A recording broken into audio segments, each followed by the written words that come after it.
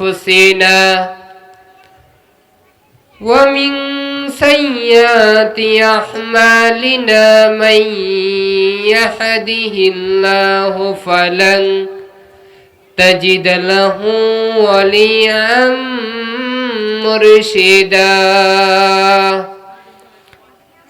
أما بعد فقد قال الله تبارك وتعالى في كلامه المجيد والفرقانه الحميد أعوذ بالله من الشيطان الرجيم بسم الله الرحمن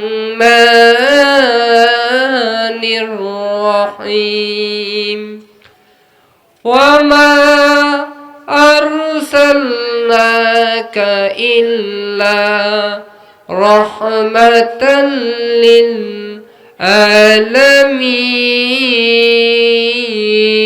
للعالمين وقال تعالى في شان حبيبه إن الله وملائكته يصلون عليه وسلموا تسليما اللهم صل على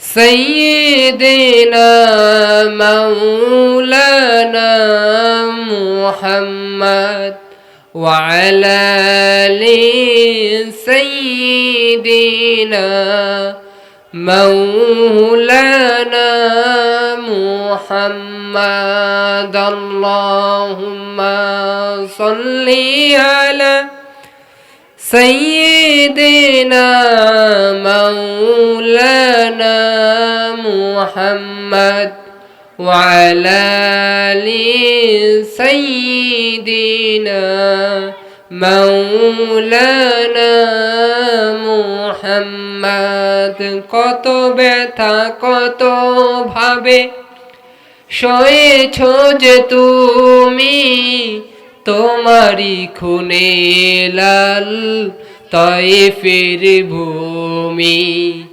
ফেরেশতা এসে চাই ধ্বংসের হুকুম লোহ মাখা মুহাম্মদ প্রাণেতে হাজারাত হে আল্লাহ দয়া করো হে তায়েববাসী ওরা চিনেনি তো আমি যে মুহাম্মদ হৃদয়ে মুহাম্মদ আল্লাহুম্মা সাল্লি আলা সাইয়্যিদিনা مولانا محمد وعلى آل سيدنا مولانا محمد হাজারো ব্যথা বেদনার পরে ফিরে আসনি তুমি আপন ঘরে দিনের আলো তুমি ছড়িয়ে দিতে চলে গেলে মদিনায় মক্কা ছেড়ে হে রাসূল তোমাকে ভুলি আমি কেমন করে হে রাসূল তোমাকে ভুলি আমি কেমন করে হেরার গুহায় তোমারি ধ্যান আসমান থেকে নামে আল কোরআন ভাঙলো সবার ভুল তোমারি তরে আসলো কোরআনের ছায়া তলে খালিদ ওমর আলী আবু বকর ইসলামী ঝান্ডা নিল যে তুলে হে রাসূল তোমাকে ভুলি আমি কেমন করে। আলহামদুলিল্লাহ, বাংলাদেশের ঐতিহ্যবাহী জেলা ঢাকা জেলার আশুলিয়া থানার অন্তর্গত নসিমপুর লালপাহাড় বাইতুল ফালাহ জামে মসজিদে কর্তৃক আয়োজিত আজকের মাহফিলের সুনামধন্য প্রধান মুফাসসির মুফতি মাওলানা কবির বিন সামাদ। আরো আলোচনা করবে আমাদের প্রিয় ভাই মাওলানা মাহমুদুল হাসান। আমার প্রিয় ভাইয়ের, আল্লাহ রাব্বুল আলামিন কুরআনুল কারীমের ভিতরে বলেন, ওয়ামা আরসালনাকা ইল্লা রাহমাতাল লিল আলামিন। হে নবী, আপনাকে আমি গোটা বিশ্বের রহমত হিসেবে দুনিয়াতে পাঠিয়ে দিয়েছি। হে নবী, আপনি গোটা বিশ্বের রহমত। আপনার আমার নবী বিশ্ব নবী মুহাম্মাদুর রাসূলুল্লাহ সাল্লাল্লাহু আলাইহি ওয়াসাল্লাম আমাদের জন্য রহমতের বার্তা নিয়ে এসেছে এই ধরনের বুকে। আল্লাহর নবী বিশ্ব নবী মুহাম্মাদুর রাসূলুল্লাহ সাল্লাল্লাহু আলাইহি ওয়াসাল্লাম গোটা বিশ্বের রহমত হিসেবে দুনিয়াতে এসেছে। আল্লাহ রাব্বুল আলামিন আপনার আমার নবীকে গোটা বিশ্বের রহমত হিসেবে দুনিয়াতে পাঠিয়ে দিয়েছে। আপনার আমার নবী গোটা বিশ্বের জন্য রহমত। আপনার আমার নবী যে রহমতের বার্তা নিয়ে এসেছে, আমার নবী আপনার নবী বিশ্ব নবী মুহাম্মাদুর রাসূলুল্লাহ সাল্লাল্লাহু আলাইহি ওয়াসাল্লাম যে রহমতের বার্তাটি নিয়ে আপনার আমার কাছে এসেছে, সেই নবীকে আমরা চিনতে পারি নাই। আপনার আমার নবী বিশ্ব নবী মুহাম্মাদুর রাসূলুল্লাহ সাল্লাল্লাহু আলাইহি ওয়াসাল্লাম যে নবী চায় আমরা যেন জাহান্নামে না যাই, আমরা যেন ভুল রাস্তায় না যাই, আমরা যেন অন্যায়ের পথে না যাই, আমরা যেন ইনসাফ প্রতিষ্ঠা করতে পারি, আমরা যেন হকের পক্ষে চলতে পারি, কোরআনের পক্ষে চলতে পারি। যেই নবী চাই আমরা যেন হকের পক্ষে আমাদের জীবনটা বিলিয়ে দিতে পারি। আপনার আমার নবী বিশ্ব নবী মুহাম্মাদুর রাসূলুল্লাহ সাল্লাল্লাহু আলাইহি ওয়াসাল্লাম হকের দাওয়াত, কোরআনের দাওয়াত দেওয়ার জন্য তাইফের ময়দানে গিয়েছিল। আপনার আমার নবীর দাওয়াত তাইফের লোকেরা গ্রহণ করে নাই। তাইফের লোকেরা আপনার আমার নবী বিশ্ব নবী মুহাম্মাদুর রাসূলুল্লাহ সাল্লাল্লাহু আলাইহি ওয়াসাল্লামকে পাথর নিক্ষেপ করেছে। আপনার আমার নবীর শরীর থেকে রক্ত পড়েছে। আপনার আমার নবীর শরীর থেকে রক্ত পড়েছে। আপনার আমার নবীর শরীরের দান দান মুবারক শহীদ হয়ে গিয়েছে। আপনার আমার নবীর দান দান মুবারক শহীদ হয়ে গিয়েছে, শরীর থেকে রক্ত ঝরিয়ে দিয়েছে। তাও তাইফের ময়দানে কোরআনের দাওয়াত দেওয়া বন্ধ করে নাই, ইসলামের দাওয়াত দেওয়া বন্ধ করে নাই। তাইফের লোকেরা আল্লাহর নবীর দাওয়াতকে গ্রহণ করে নাই। তাইফের লোকেরা আল্লাহর নবীর দাওয়াতকে গ্রহণ করে নাই। তাইফের লোকেরা আল্লাহর নবীকে পাথর নিক্ষেপ করেছে। আমার নবীর বিরুদ্ধে দুষ্ট ছেলেদেরকে লাগিয়ে দিয়েছে, মুহাম্মদকে পাথর নিক্ষেপ করো, এই লোকটাকে পাথর নিক্ষেপ করো। আমার নবীকে পাথর নিক্ষেপ করেছে। আমার নবীর শরীর থেকে রক্ত ঝরেছে তাইফের ময়দানে। আমার নবীর শরীর থেকে তাইফের ময়দানে রক্ত ঝরেছে। সেই তাইফের ময়দানে ইসলাম প্রতিষ্ঠিত হয়েছে। আমার প্রিয় ভাইরা, যে জমিনে আল্লাহর নবীর ওয়ারিস উলামায়ে কেরামের রক্ত ঝরেছে, সেই জমিনেও ইনসাফ প্রতিষ্ঠা হবে, সেই জমিনেও ইসলাম প্রতিষ্ঠা হবে।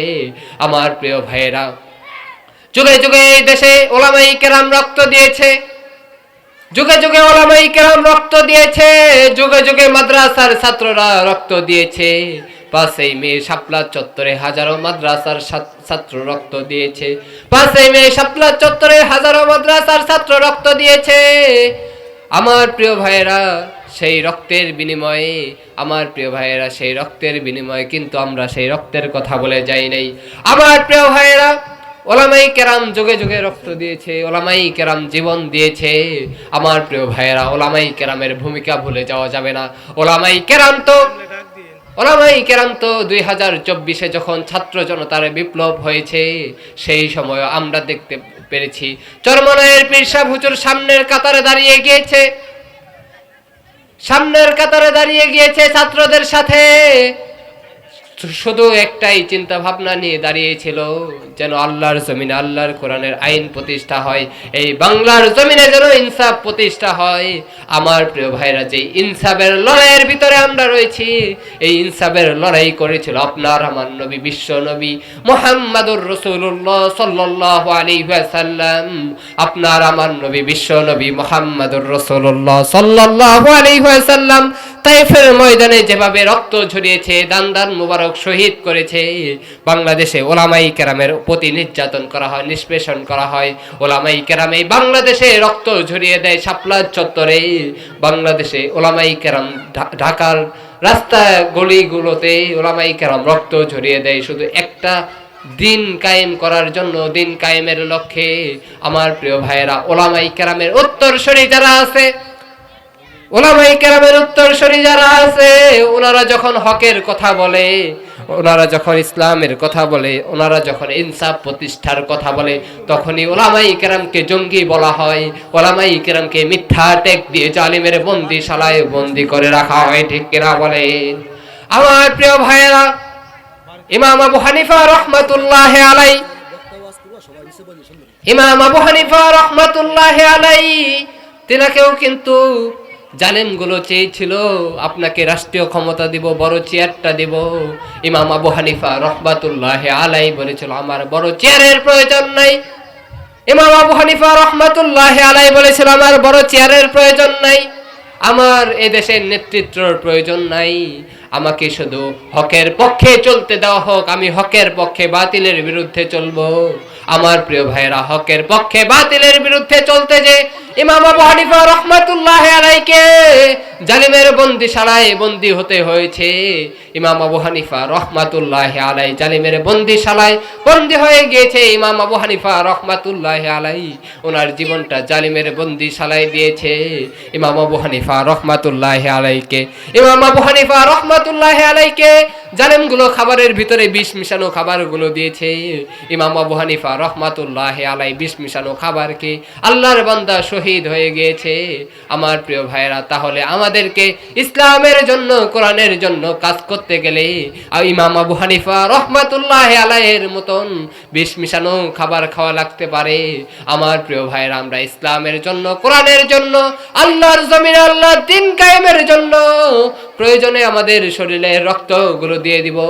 আল্লাহ তাআলা আমাদেরকে ইসলামের জন্য, দ্বীনের জন্য আমাদের সকলকে কবুল আর মঞ্জুর করুক, আমরা বলি আমিন। আমার প্রিয় ভাইয়েরা, তো ইমাম আবু হানিফা রহমাতুল্লাহি আলাইহি বাতিলের সাথে আপোষ করে নাই।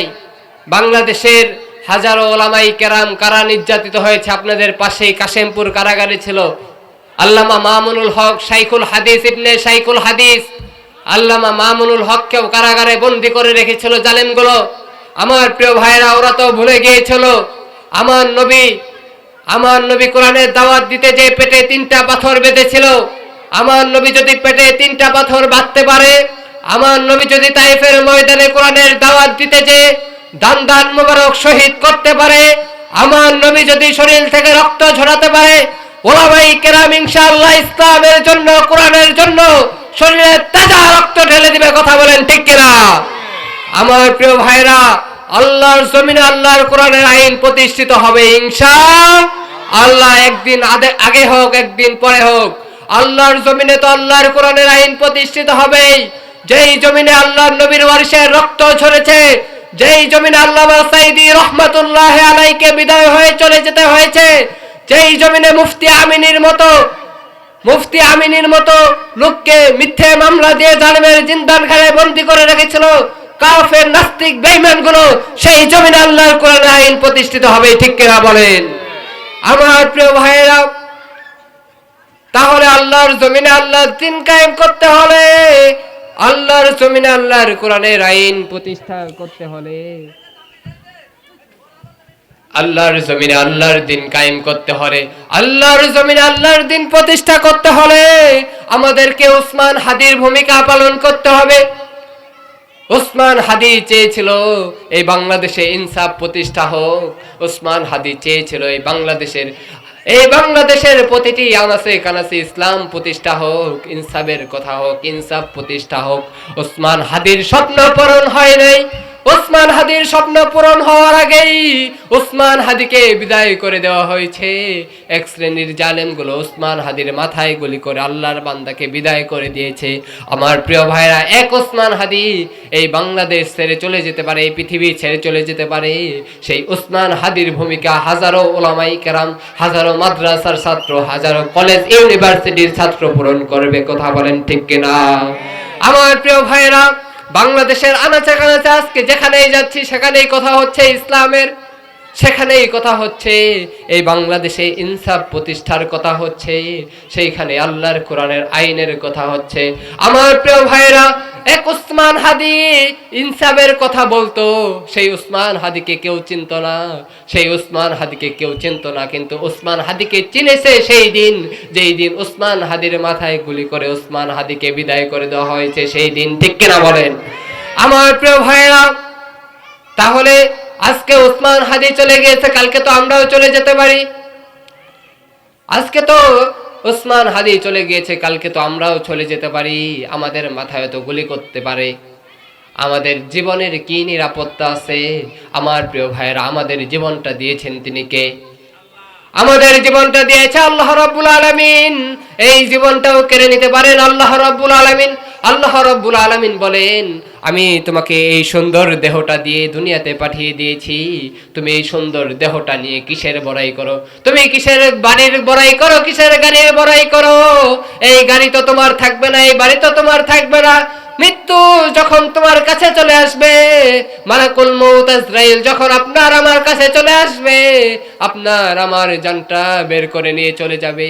এই বাড়ি পড়ে থাকবে, এই গাড়ি পড়ে থাকবে, এই ধন সম্পদ এত কিছু পড়ে থাকবে, এই জিনিসগুলো আপনাকে তখন গুরুত্ব দিবে না। আপনার আত্মীয় স্বজন, পাড়া প্রতিবেশী যারা আছে সবাই বলবে, এই লাশটাকে বাড়ির বাইরে বের কর, উঠানের ভিতরে নিয়ে রাখ, বাড়ির ভিতরে নিয়ে রাখ, মাঠের ভিতরে নিয়ে রাখ। আমার প্রিয় ভাইয়েরা, আপনার লাশটাকে আপনার পরিবার বাড়িতে রাখতে পারবে না, আপনার লাশটাকে আপনার পরিবার বাড়িতে রাখতে চাইবে না। আপনার লাশটাকে যত দ্রুত পারে তারা কবরের ভিতরে রেখে দিয়ে আসার ব্যবস্থা করবে। তাহলে আমার প্রিয় ভাইরা, এই দেহ নিয়ে কিসের বড়াই? এই দেহটা নিয়ে কিসের বড়াই? আসুন না, এই দেহটা, এই শরীরটা, আমাদের সম্পদগুলো আল্লাহর রাস্তায় বিলিয়ে দেই। যদি আপনার আমার সম্পদগুলো আল্লাহর রাস্তায় বিলিয়ে দিতে পারি, যদি আপনার আমার সম্পদগুলো আল্লাহর রাস্তায় বিলিয়ে দিতে পারি, আল্লাহি আল্লাহর কসম দিয়ে বলে যাই, এই সম্পদ কখনোই বিফলে যাবে না। আমার প্রিয় ভাইয়ের, আপনাদেরকে একটা উদ্দেশ্য করে একটাই কথা বলে যাই। এক দোকানের এক কর্মচারী ছিল, সেই কর্মচারী ছেলেটার নাম হলো ইসলাম। সেই দোকানদারে একটি মেয়ে ছিল, মেয়েটির নাম হচ্ছে শান্তি। আচ্ছা আপনারা বলেন তো, ইসলাম আছে যেখানে শান্তি আছে সেখানে ইসলাম নাই, যেখানে শান্তি নাই সেখানে। আমার প্রিয় ভাইয়েরা, সেই দোকানদারের মেয়ে শান্তির সাথে ইসলামের সাথে একটা গোপন সম্পর্ক হয়ে গেছে। তখন দোকানদার বুঝতে পারলো আমার মেয়ে শান্তির সাথে ইসলামের একটা গোপন সম্পর্ক হয়ে গেছে। তখন দোকানদার বুঝতে পারার পরে ইসলাম ছেলেটাকে গাছের সাথে পিঠ মোড়া করে বান্ধার পরে ইসলাম ছেলেটাকে মার দিয়েছে। ইসলাম ছেলেটাকে মার দিয়ে ইসলাম ছেলেটাকে কাছ থেকে বের করে দিয়েছে। বলছে, ইসলাম, তোর মতো লোক আমাদের আর প্রয়োজন নাই, তুই আমার দোকান থেকে বের হয়ে যা। ইসলাম ছেলেটা আপনাদের নসিমপুর স্ট্যান্ডে যাওয়ার পরে শান্তির কাছে ফোন দিয়েছে, ও শান্তি, তুমি কোথায়? আমি তো তোমাদের দোকান থেকে চলে এসেছি, তোমাদের ওইখান থেকে চলে এসেছি, তাহলে তুমিও চলে আসো। আমার প্রিয় ভাইরা, শান্তি তখন গাট্টি বুসকা যা যা ছিল সবকিছু গুছাই নিয়ে চলে গেছে, ইসলামের কাছে চলে গেছে। দোকানদার রাতে বাড়িতে এসে দেখে তার ঘরের সবকিছু ঠিক আছে। আচ্ছা আপনারা বুঝে থাকলে বলেন তো কি নাই? তার ঘরে শান্তি নাই, তার ঘরের সবকিছু ঠিক আছে কিন্তু তার ঘরে শান্তি নাই। তখন দোকানদার হাউমাউ করে কাঁদতেছে, হায় হায় হায় হায়, আমার ঘরের সবকিছু ঠিক আছে, ইসলামকে খেদা দেওয়ার পরে শান্তিটাও কোথায় চলে গেল? আমার প্রিয় ভাইরা, সেই দোকানদার পরের দিন আপনাদের লাল পাহাড়ে আসার পরে সেই দোকানদার বলতেছে, পাশের দোকানদারকে বলতেছে যে, ভাই আমার ঘরে যে সবকিছু ঠিক আছে কিন্তু শান্তি নাই। তখন পাশের দোকানদার বলতেছে, ও দোকানদার ভাই, বলো তোমার ঘরে সবকিছু ঠিক আছে, তো তোমার দোকানে যেই কর্মচারী ছেলেটা ছিল ইসলাম, সেই ইসলাম ছেলেটা কোথায়? তখন বলতেছে, ভাই আমি তো গতকালকে ইসলাম ছেলেটাকে পিঠ মোড়া করে গাছের সাথে বাইন্দা মার দিয়ে ইসলাম ছেলেটাকে খেদে দিছি। তখন পাশের দোকানদার বলতেছে, ও দোকানদার, তুমি তো বোকা, তোমার ইমানের খাতায় ঢুকেছে বোকা।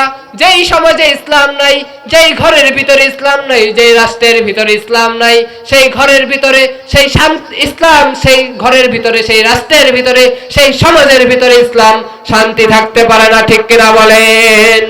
আমার প্রিয় ভাইরা, যেই ঘরের ভিতরে ইসলাম নাই, যেই রাষ্ট্রের ভিতরে ইসলাম নাই, যেই এলাকার ভিতরে ইসলাম নাই, সেখানে শান্তি থাকতে পারে না।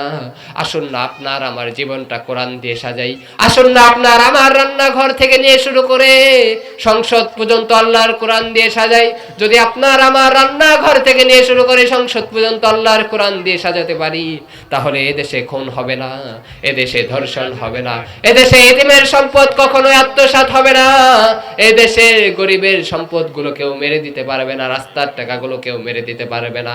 এদেশের এতিমের সম্পদ আত্মসাৎ যারা করেছে, যারা করার চিন্তা ভাবনা করতেছে, তারাও আর চিন্তা ভাবনা করতে পারবে না, ঠিক কিনা বলেন?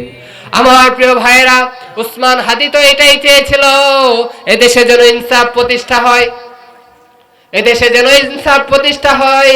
ইনসাফ প্রতিষ্ঠার লড়াইয়ে যেমন উসমান হাদি জীবন দিয়েছে, হাজারো মাদ্রাসার ছাত্ররা জীবন দেওয়ার জন্য এখন প্রস্তুত হয়ে গেছে, হাজারো ওলামায়ে কেরাম প্রস্তুত হয়ে গেছে, হাজারো কলেজ ইউনিভার্সিটির ছাত্ররা প্রস্তুত হয়ে গেছে। আমার প্রিয় ভাইয়েরা, উসমান হাদির মতো আমাদেরকে সামনের কাতারে দাঁড়িয়ে যেতে হবে জীবন দেওয়ার জন্য। প্রয়োজনে আমরা জীবন দিব, রক্ত দিব, আল্লাহর জমিনে আল্লাহর দ্বীন কায়েমের জন্য শরীরের রক্তগুলো দিয়ে দিব। তবু আমরা বাতিলের সাথে কখনোই আপোষ করব না, ঠিক কিনা বলেন? হাদি সাহারার রোষার বালুতে আবে জমজম পানি, হাদি আজাদির হাসান হোসেন জান্নাতি ফুলদানি। হাদি সাহারার রোষার বালুতে আবে জমজম পানি, হাদি আজাদির হাসান হোসেন জান্নাতি ফুলদানি। হাদি ইতিহাস পাখি আবাবিল মুসার হাতের লাঠি, হাদি উমরের অর্ধ জাহান মোরানো শীতল পাটি। হাদি গোলাপের মাতাল গন্ধ খোলাফায়ে রাশেদার, হাদি সাগর, হাদি উত্তাল সাগরে জোয়ার, আল্লাহু আকবার, সবাই আল্লাহু আকবার। হাদি উত্তাল সাগরে জোয়ার, আল্লাহু আকবার, ঠিক কিনা বলেন? আমার প্রিয় ভাইরা, তাহলে ইনসাফের জন্য, ইসলাম প্রতিষ্ঠার জন্য, ইনসাফ প্রতিষ্ঠার জন্য আল্লাহর নবী, বিশ্ব নবী মুহাম্মদুর রাসূলুল্লাহ সাল্লাল্লাহু আলাইহি ওয়াসাল্লাম কখনো বাতিলের সাথে আপোষ করে নাই, আমরাও আপোষ করব না। প্রয়োজনে আমাদের জীবনটা আল্লাহর রাস্তায় বিলিয়ে দেব, ঠিক কিনা বলেন? আমার প্রিয় ভাইরা, এই জীবনটা তো কিছুই নয়, এই জীবনটা তো কিছু নয়, শুধু দুনিয়ার মায়া জালে আমরা পড়ে আছি, শুধু দুনিয়ার মায়া জালে পড়ে আছি। আমার প্রিয় ভাইয়েরা, যদি আমাদের নিজেদের রান্নাঘর থেকে নিয়ে শুরু করে জাতীয় সংসদ পর্যন্ত আল্লাহর কোরআন চলে যায়, যদি আমাদের রান্নাঘর থেকে নিয়ে শুরু করে সংসদ পর্যন্ত আল্লাহর কোরআন চলে যায়, আল্লাহি আল্লাহি, আল্লাহর কসম দিয়ে বললাম, ঢাকার আশুলিয়ার মুসলমান, তাহলে এই জমিনে কখনোই ভূমিকম্প হবে না, এই জমিনে কখনোই করোনা ভাইরাসের মতো ভাইরাস আসবে না। কারণ এদেশে যখন আল্লাহর কোরআনের আইন প্রতিষ্ঠা হবে, আল্লাহর কোরআন দিয়ে সব বিচারগুলো হবে, তখন এদেশে কখনোই অন্যায় মাথা উঁচু করে দাঁড়াইতে পারবে না। আমার প্রিয় ভাইরা, আমরা দেখেছি আমাদের গাজীপুরের একজন বন ধর্ষণ হয়েছে, বাংলার জমিনে বিচার দেখতে পারি নাই। আমাদের গাজীপুরের একজন বন ধর্ষণ হয়েছে, এই বাংলার জমিনে বিচার হয় নাই। আমাদের আসিয়া ধর্ষণ হয়েছে, এই বাংলার জমিনে বিচার হয় নাই। আমাদের এই বাংলার জমিনে যেই ইনসাফের কথা বলার কারণে ওসমান হাদি ভাইকে মৃত্যুবরণ করতে হয়েছে, সেই ওসমান হাদিকেও দুনিয়া ছেড়ে চলে যেতে হয়েছে, তাও এই জমিনে এখন পর্যন্ত বিচার হয় নাই, ঠিক কিনা বলেন? আমার প্রিয় ভাইরা, এই বাংলার জমিনে যদি বাইরের দেশ থেকে বঙ্গবন্ধুর খুনিকে ধরে নিয়ে এসে বিচার করা যায়, বাংলাদেশের বাইরে থেকে যদি বঙ্গবন্ধুর খুনিকে ধরে নিয়ে এসে বিচার করা যায়, কেন ওসমান হাদির খুনিকে এখনো বিচার করতে তারা ব্যর্থ হচ্ছে? বাংলাদেশের বাইরে থেকে যদি বঙ্গবন্ধুর খুনিকে গ্রেফতার করে বাংলাদেশের বাইরে থেকে যদি এনে ফাঁসির কাস্টে ঝুলানো যায়, আল্লাহর কসম দিয়ে বলি, ঢাকার আশুলিয়ার মুসলমান ওনারা যদি চেষ্টা করে, ওসমান হাদির খুনিকেও বাংলাদেশে আনতে পারবে, ঠিক কিনা বলে? আমার প্রিয় ভাইরা, তাহলে আমাদেরকে শপথ নিতে হবে, যেই পর্যন্ত এই বাংলাদেশে ওসমান হাদির খুনের বিচার না হবে, যেই লোকটা ইনসাফ প্রতিষ্ঠার কথা বলেছিল সেই লোকটার বিচার না হবে, সেই পর্যন্ত আমরা ইনসাফের কথা বলেই যাব। আমার প্রিয় ভাইয়েরা, হকের পক্ষে তো ছিল আবু বকর, ওমর, উসমান, আলী। তারা হকের পক্ষে থাকার কারণে আল্লাহ তাআলার কাছে অনেক দামি হয়ে গিয়েছে। আল্লাহর নবীর বিরোধিতা করেছিল আবু জেহেল, আল্লাহর নবীর বিরোধিতা করেছিল আবু লাহাব, উতবা, সাইবা, ওয়ালিদ ইবনে মুগিরা। তারা কিন্তু টিকতে পারে নাই। আমার প্রিয় ভাইয়েরা, কোরআনের বিরুদ্ধে কথা বলে আবু জেহেল টিকতে পারে নাই, কোরআনের বিরুদ্ধে কথা বলে আবু লাহাব টিকতে পারে নাই, কোরআনের বিরুদ্ধে কথা বলে উতবা টিকতে পারে নাই, সাইবা টিকতে পারে নাই, ওয়ালিদ ইবনে মুগিরাও টিকতে পারে নাই। যারা বাংলার জমিনে আজ কোরআনের বিরুদ্ধে কথা বলে, ইসলামের বিরুদ্ধে কথা বলে, কেউ টিকতে পারবে না। আল্লাহি আল্লাহি, আল্লাহর কসম দিয়ে বলে গেলাম, যে জমিনে ওলামাই কেরামের রক্ত ঝরেছে, একদিন আগে হোক একদিন পরে হোক, এই জমিনে ইনসাফ প্রতিষ্ঠা হবে ওলামাই কেরামের রক্তের বিনিময়ে। এই জমিনে কোরআনের আইন প্রতিষ্ঠা হবে ইনশাআল্লাহ। আমার প্রিয় ভাইরা, আপনাদের প্রতি আরেকটি দৃষ্টি আকর্ষণ করতে চাই, আপনাদেরকে আরেকটি কথা বলতে চাই। যেহেতু আমরা দুনিয়া ছেড়ে চলেই যাব, দুনিয়ার জন্য আমরা যেই বাড়ি গাড়ি সয় সম্পত্তিগুলো চাচ্ছি, এগুলো তো আমরা দুনিয়ার জন্য নিতেছি, কিন্তু আখেরাতের জন্য তো আমাদেরকে কিছু নিতে হবে, ঠিক কিনা বলেন? আখেরাতের জন্য আমাদেরকে কিছু একটা নিতে হবে। কবরে যাওয়ার পরে আমরা কি প্রশ্নের উত্তর দিব? কবরের জন্য আমরা কি নিয়ে যাব? আমার প্রিয় ভাইয়েরা, আপনার একটি সন্তান, আপনি কলেজ ইউনিভার্সিটিতে পড়াইতেছেন, আপনার একটা সন্তান বড় একটা দায়িত্ব পেয়েছে, এরকম বড় একটা চেয়ারে বসতে পেরেছে, তাই আপনাকে নিজেকে ভাগ্যবান মনে করতেছেন। ভাগ্যবান তো সেই বাবা মা, যেই বাবা মার হৃদয়ে আল্লাহর কোরআন আছে, যেই বাবা মা তো আল্লাহর কোরআন দিয়ে নিজের সন্তানকে চালিয়েছে, সেই সন্তানই তো হচ্ছে ভাগ্যবান, যেই বাবা মাই হচ্ছে ভাগ্যবান। কথা বলেন ঠিক কিনা? আমার প্রিয় ভাইয়েরা, তাহলে আমাদেরকে সচেতন হতে হবে, আমাদের সন্তানগুলোর হৃদয়ে আল্লাহর কোরআন ঢুকাতে হবে। যদি আপনার আমার সন্তানের হৃদয়ে আল্লাহর কোরআন থাকে, যদি আপনার আমার সন্তানের হৃদয়ে আল্লাহর কোরআন নামের বাণী, রাসূলের হাদিস নামের বাণীটা থাকে, এই সন্তান কখনোই ভুল রাস্তায় যাবে না, এই সন্তান কখনোই অন্যায়ের সাথে আপোষ করবে না, এই সন্তান কখনো আল্লাহর রাসূলের শান ও মানের বিরুদ্ধে কথা বলবে না, এই সন্তান কখনোই ওলামাই কেরামের বিরুদ্ধে কথা বলবে না। ওলামাই কেরামের বিরুদ্ধে তো কথা বলে তারা যারা পিতৃ পরিচয়হীন, যার সন্তান, তারা। কথা বলেন ঠিক কিনা?